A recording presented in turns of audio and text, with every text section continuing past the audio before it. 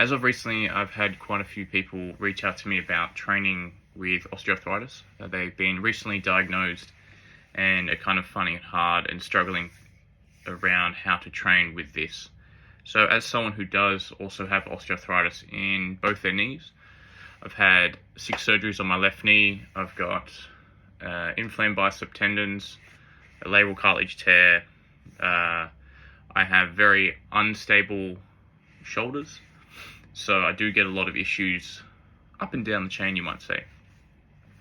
Firstly, I think it's really important to work with a health professional. So when I'm at home, work closely with a physiotherapist to kind of always check in with the exercise I'm doing, making sure they're happy with what I'm doing. And then obviously when I see them, we check things like the general residual swelling in my joints, where my pain levels are at, and my mobility.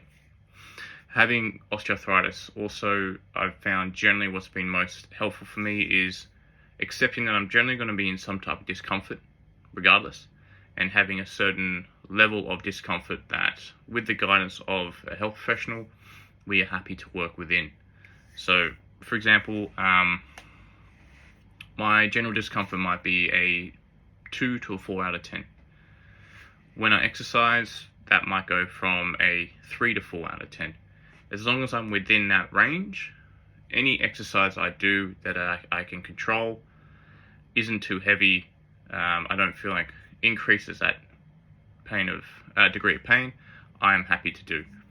I notice as over time, again, like anything, the more consistent I am, the more patient I am, and the more I really focus on trying to control the weight and not do excessively aggressive movements in speed or load or both, the better my tolerance to pain is, and the more I can actually do within that same tolerance.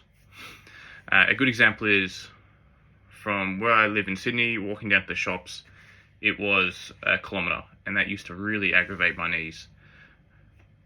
Over time and consistency, I've been able to walk, 10, 12, 16 Ks, some days with the same amount of pain. So that's something that took me, 3, 4, 5 years to kind of build that up and get used to that, and annoyingly have to be patient with. I've definitely had my moments, don't worry. I'm only human. So yeah, just as much as people kind of ask me about exercise, with osteoarthritis, for example, it's going to be kind of quite different to each individual. For example, I can't squat. I've tried within certain programs, and every time I try and do it, I just find it really, really uncomfortable. I could also toughen up a bit. Another example could be the recumbent bikes. That's a bike where you're kind of leaning back and your legs are quite far in front pedaling.